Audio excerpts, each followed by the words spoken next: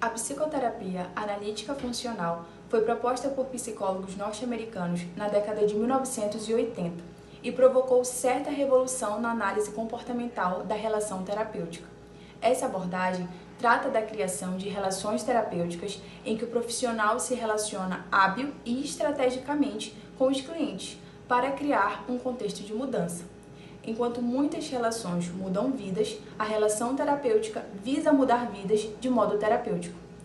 A FAP é fundamentada em uma visão de psicologia e influência social que integra a ciência comportamental contextual, com a crescente ciência da conexão social, incluindo como as conexões sociais afetam o funcionamento psicológico. Sendo assim, a abordagem direciona o foco de trabalho sobre a relação terapêutica como meio de proporcionar mudanças nas queixas trazidas ao consultório. Entende-se que o modo como o cliente age, fala e se coloca durante a sessão pode ser semelhante ao modo como ele o faz na sua vida cotidiana. Os comportamentos que ocorrem ao vivo e às cores com o terapeuta e que têm relação com o motivo que levou a pessoa a buscar terapia são chamados de comportamentos clinicamente relevantes. E esses comportamentos são o foco principal da FAP.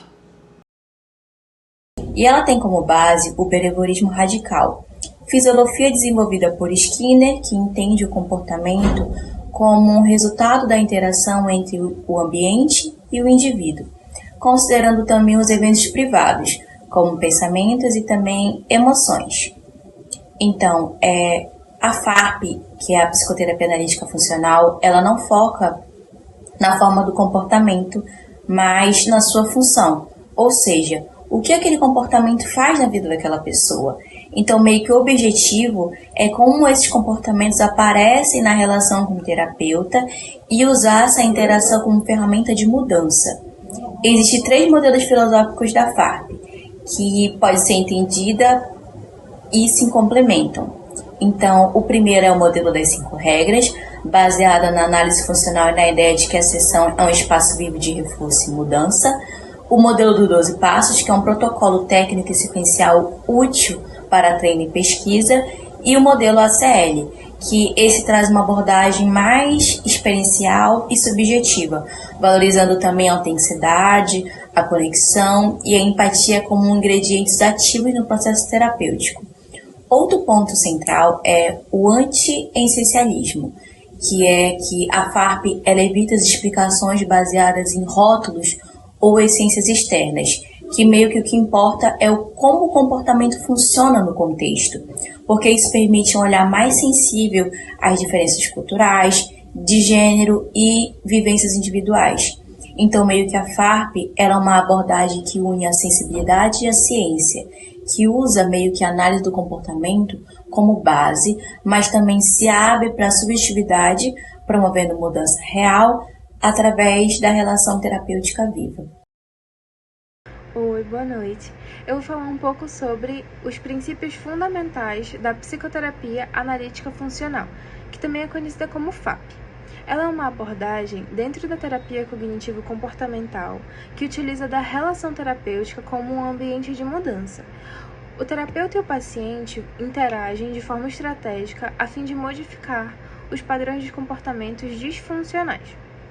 Aqui nós vamos ter 5 princípios fundamentais. O primeiro é o que trata da consciência. A consciência envolve a capacidade do terapeuta e do paciente de identificar os padrões de comportamento que ocorrem dentro da sessão e que refletem das dificuldades na vida real.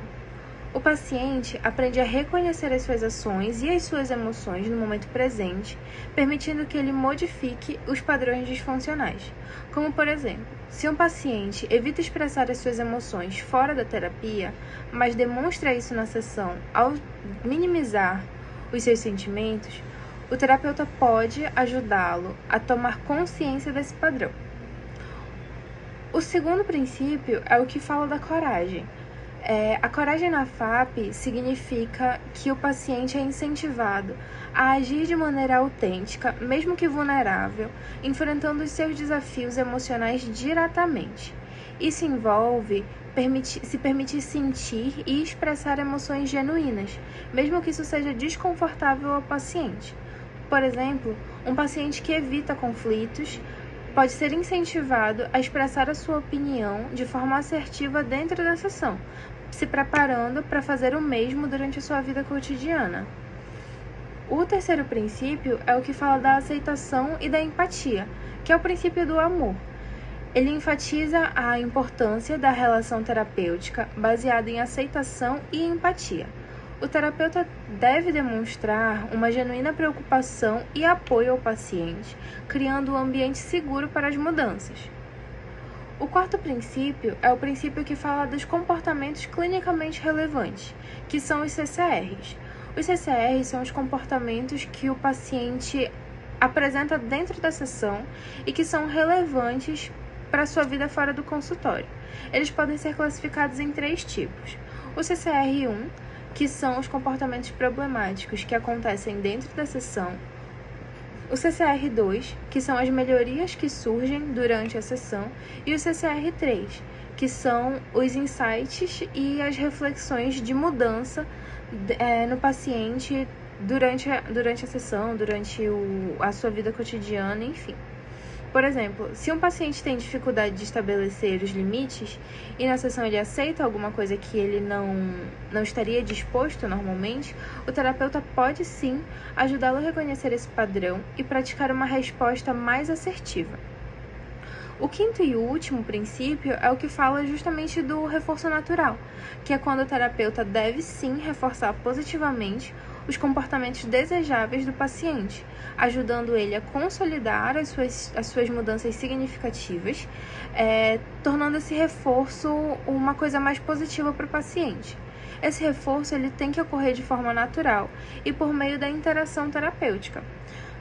Um exemplo que a gente pode trazer aqui é: se o paciente se expressa vulnerabilidade ao compartilhar um sentimento difícil, o terapeuta pode reforçar essa atitude com empatia e reconhecimento, incentivando ele a continuar se abrindo para novas oportunidades, para novos sentimentos, para novos desafios, nesse mesmo sentido, nessa mesma linha que o paciente já está caminhando, né? Sobre a aplicação da FAP na área clínica, o terapeuta utiliza a própria relação terapêutica como ferramenta de mudança. Isso significa que os padrões de comportamento que o cliente apresenta em sua vida, como a dificuldade em se expressar, evitar conflitos ou submeter em alguns certos relacionamentos, são analisados e trabalhados dentro da sessão, em tempo real, pelo terapeuta. E esses comportamentos são chamados de comportamento clinicamente relevantes, as CRBs, e são divididos em 3 tipos. Os comportamentos problema que surgem na sessão, CRB1, as melhorias ou novos comportamentos desejáveis, CRB2, e as interpretações ou análises do próprio terapeuta a respeito do que está acontecendo, as CRB3. O terapeuta ele observa, reforça e modela esses comportamentos, ajudando o cliente a desenvolver repertórios mais funcionais que se generalizam para o ambiente fora da terapia. Um exemplo prático poderia ser um cliente que evita expressar sentimentos por medo da rejeição. Ele pode demonstrar esse comportamento padrão ao não dizer ao terapeuta quando algo o incomoda na sessão. E ao perceber isso, o próprio terapeuta pode incentivar a expressão emocional ali mesmo, reforçando positivamente quando o cliente consegue falar, mostrando que a relação é segura para isso. E essa experiência vivida fortalece novos comportamentos ao cliente e podem ser levados para outras relações. Sobre as evidências científicas da eficácia da FAP, embora a FAP tenha respaldo científico, o número de estudos ainda é baixo, como em comparação com outras abordagens como a TCC clássica ou a ACT.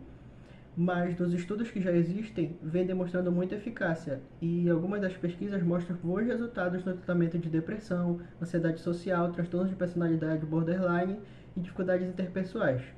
Uma revisão sistemática feita pelo Callaghan em 2003 já indicava que a FAP produz mudanças significativas quando as CRBs são corretamente identificadas e reforçadas. E mais recentemente, estudos têm avaliado que a FAP integrada a outras abordagens amplia sua aplicação clínica, e algumas dessas abordagens pode ser a ACT. Um estudo publicado pelo Canter em 2012 mostra que pacientes deprimidos tiveram uma melhora significativa dos sintomas e das habilidades sociais em comparação com grupos de controle. Isso reforça a ideia de que promover mudanças relacionais dentro da terapia tem efeitos concretos na vida do paciente. Então a FAP ela é eficaz especialmente para questões relacionais, em quadros onde o problema central envolve dificuldade de relacionamento, expressão emocional e conexão interpessoal. E ao transformar a relação terapêutica em um laboratório vivo, ela permite que o cliente ensaie e experimente novas formas de se relacionar, com evidências crescentes de que isso gera mudanças duradouras e significativas.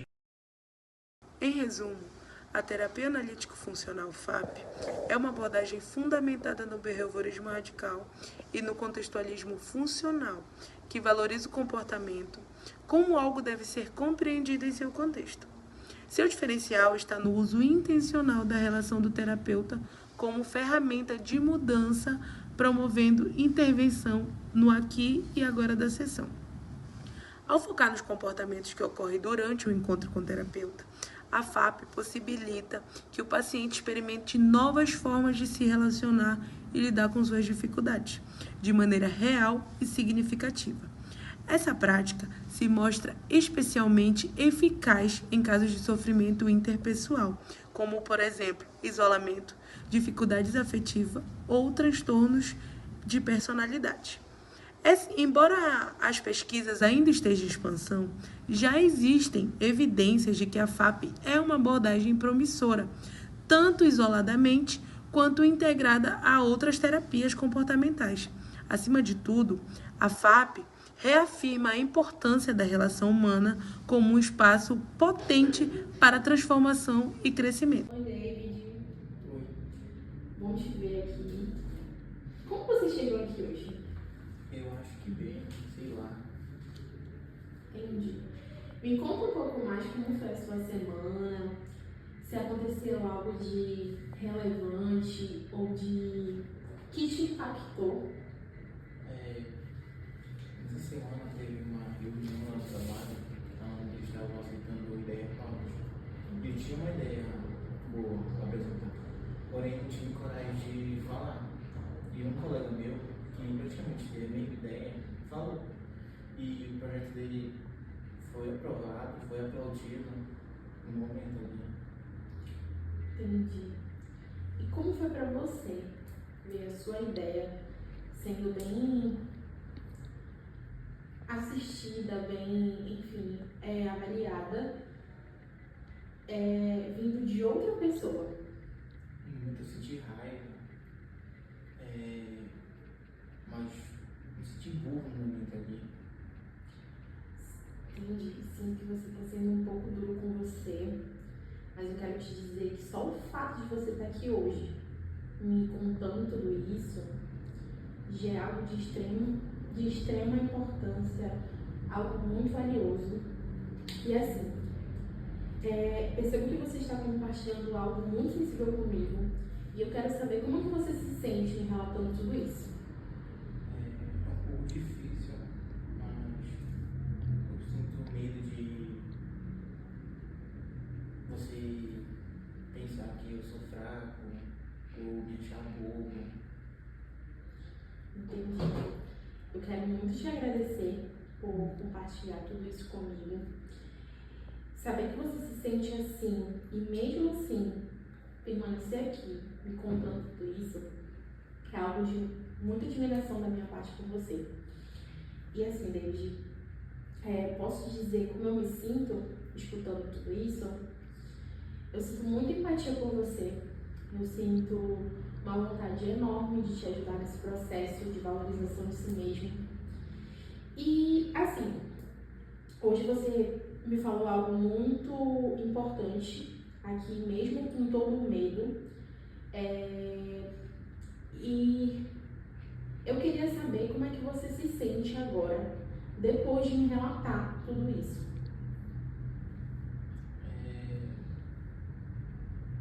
Eu me sinto um pouco mais leve comigo, mas menos sozinho. Entendi. David, eu queria te propor algo diferente nessa sessão, para você levar até mesmo para o seu cotidiano. De você começar a escolher alguém de sua confiança e começar a se abrir mais, a expor um pouco mais a sua opinião, falar como você se sente, alguém que você se sinta confortável, que você consiga se abrir pelo menos um pouco. E eu queria te ajudar, né, nesse processo. Talvez com a minha irmã, eu acho que poderia tentar dizer como eu me sinto quando ela me interrompe. Entendi. Isso já é um passo de grande importância. A gente pode começar a planejar tudo isso, se você quiser, tá? E mais uma coisa, hoje você, assim, se permitiu ser vulnerável, né? E mesmo se permitindo, eu senti que você conseguiu se abrir bem comigo. Eu fico muito feliz, isso é muito significativo pra mim, tá? E eu queria te dizer que você comigo pode se sentir confortável para se abrir, tá? No seu tempo. E mais uma coisa, foi muito bom te ouvir, ok? E eu espero te encontrar aqui na próxima semana, ok? Obrigada, David. E é isso, até a próxima semana. Como vimos na FAP, a transformação acontece quando temos coragem de sermos nós mesmos na presença do outro. Ela ressalta também a importância de levarmos conosco a coragem e a cultivação de relações mais vivas, autênticas e significativas.